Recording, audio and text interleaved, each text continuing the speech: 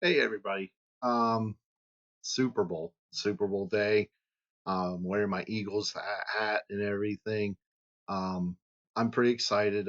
It's Andy Reid for his second time in the Super Bowl um versus a 49ers team that's extremely good defensively. I haven't seen the 49ers play the whole season. I've been too wrapped up in my own team, the Eagles. So, it you know, um most people would think that I would root for Andy Reid because being a Philadelphia Eagle and him being you know, a coach for that team, for the Eagles. Um, uh, no. um, I put on, in the, I'm going to say something about Lord Bronson, which is one of my favorite. If you ever seen Lord Bronson with a back at you, with a back at you, he's great. I like his videos. I like him. I like his opinions on on our team and everything. Him and I would say we think quite a bit. He wants to see Andy Reid win a Super Bowl. Maybe my reasons are more petty than not. I don't know.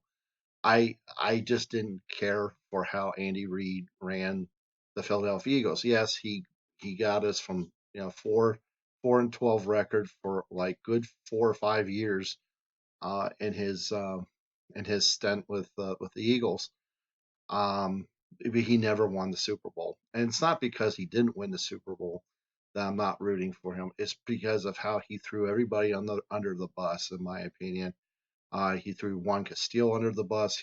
I'm trying to remember his name. The defensive coordinator. Oh my God, I can't think of his name off the top of my head. But he just fired everybody. He fired everybody on his staff, and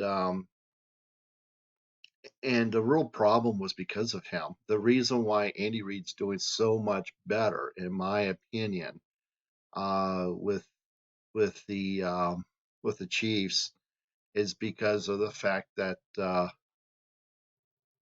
he has given up his play calling to somebody else, and I think Doug Peters did some play calling when he was with the Chiefs with Andy Reid and you know, but I can't remember, um, but I think it's because of that. I think that's why he's doing so much better. He has given up a lot, of responsibilities, and he has, you know,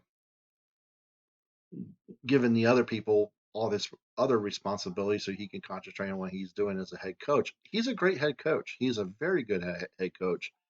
Would it surprise me for to see him in a Hall of Fame a Hall of Fame coach?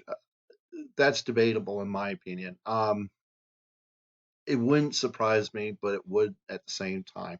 I got mixed feelings with that. Andy Reid being in the Super Bowl or being in the Hall of Fame. He needs to win a Super Bowl at least a couple times. But he has a great record in the regular season. Regular season, I have no beefs with him. He's by far the best. By by far the best coach in regular season. When it comes to playoffs and all that good stuff, he'll get you to the championship game and lose it, and you're just one away from the Super Bowl. And he's, you know, I mean, it just, I don't know what it is with him in that, but I hope he does better in this Super Bowl than he did with the Eagles. We only lost it by 3 points against the Patriots in 2004, 2005 season.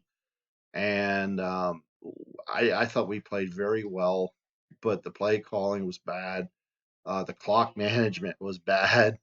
We pretty much, I felt in some ways we kind of handed the game over to the Patriots in a lot of ways.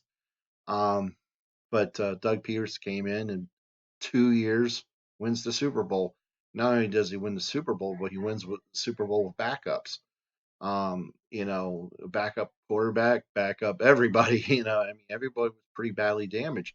And not only the reason why I like uh, Peterson a lot better than Andy Reid is because of the fact that he could take absolutely nothing and still get us into the playoffs, in which he did. And he got us to the playoffs. We were horribly banged up. Um, I would have never blamed Peters for, I would never blame Peterson if we couldn't make it into the playoffs this year because of the rash of you know of injuries. I mean, I think it was ESPN or whatever show it was. It showed like all these injuries. I mean, it was it took like two screenfuls of our guys in the Philadelphia Eagles to be badly injured, and couldn't play. And somehow Chip Kelly, Doug Peters found a way to do it. And what I really like about Doug Peters too is that he's using Chip Kelly stuff to win these games. He is what we thought Chip Kelly would be.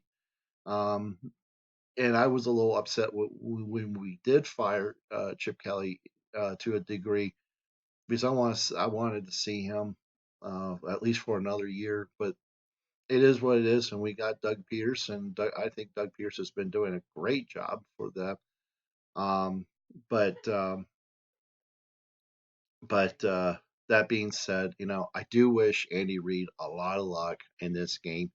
I understand why some of the Eagles fans, my brother's one of them. I texted him and I said, "Who are you rooting for in this one? 49ers or the Chiefs?" And he said, "I'll have to go with the Chiefs on this." And I said, "You're dead to me." um, but I understand why. And matter of fact, I was rooting for in the beginning. I was actually rooting for the Chiefs myself until I really had to think about it. And I was like, you know what? I really don't want to see Andy Reid. He has such a big head as it is. I just can't. I, he'll just think he's just perfect. so, but he has a hell of a good quarterback. He has a I love Donovan McNabb. I love Donovan McNabb to death. Um, and he was a great quarterback for the Eagles and everything. But Patrick Mahomes, wow, he is special. He's something else. I respect him and everything. If like I said, the King Dingbat, I love him. King Dingbat, if you ever see him on the YouTube, if you're a Philadelphia Eagles fan, please watch him. Lord Bronson, I love him to death. I like his attitude. He has such a cool attitude. I love his videos. They're like, they're not, you know, there's nothing special about it as far as like graphics and stuff like that. But he has a great intro. I like that.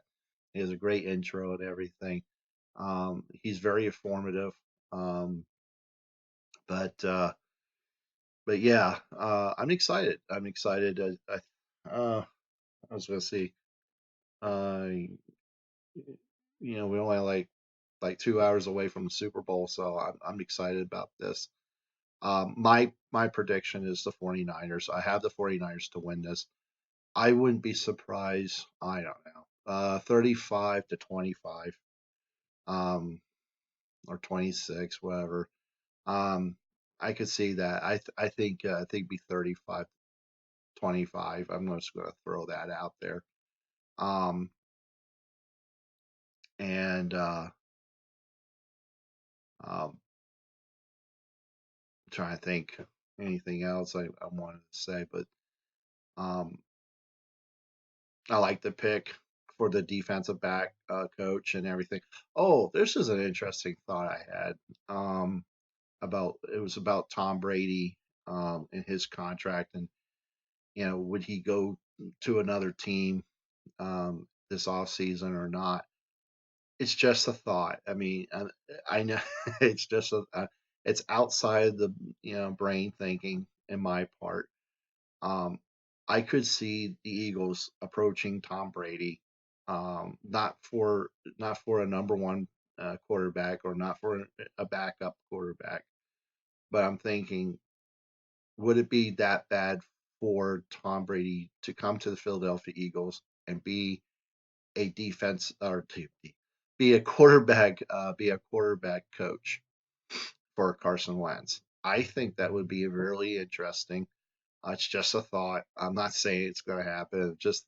I'm just spitting into the wind. I'm spitballing at this moment, but I think it's an interesting idea. I don't see him doing that. Um, he he's Mr. Ego. he wants to uh, uh, he wants to be out there, you know, and slinging the ball and everything. And I understand that. I get it. But what does he have to prove? He's over 40. I don't think he has much to prove to anybody anymore. And he could see that he wasn't as good as he used to be. So, um, but I could definitely see that. I could see him being a quarterback coach. I don't really see him going after like a head coaching job or anything like that. But I could actually see him doing something like that, and then just say, "Hey, I'm done. I'm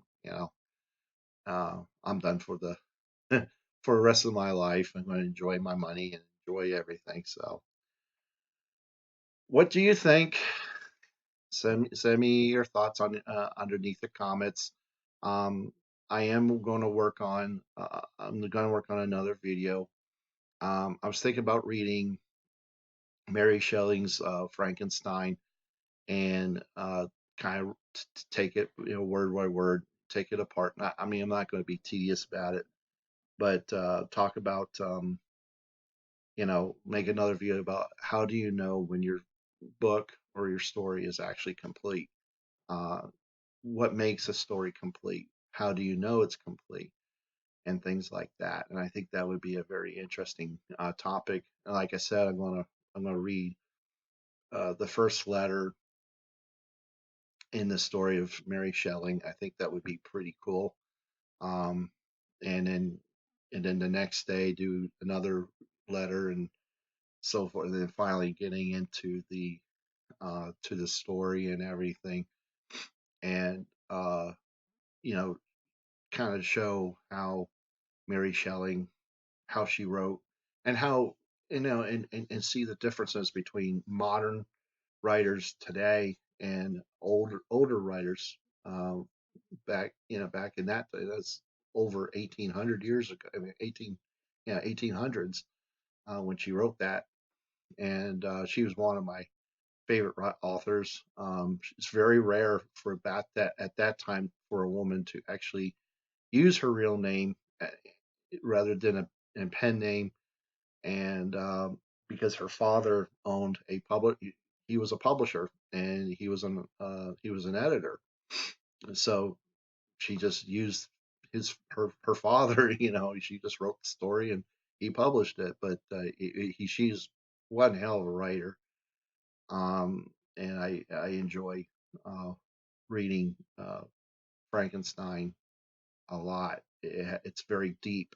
It's not what you think it is, and and Frankenstein's monster was not an idiot like the movies portray it. And there's pitches and pitchforks and torches and everything to kill the monster and everything. He was actually too smart for that, and he was actually smarter than the one that created him. So that's kind of interesting. All right, well, have a good Super Bowl Sunday. Enjoy, and I'll see you around. Thanks.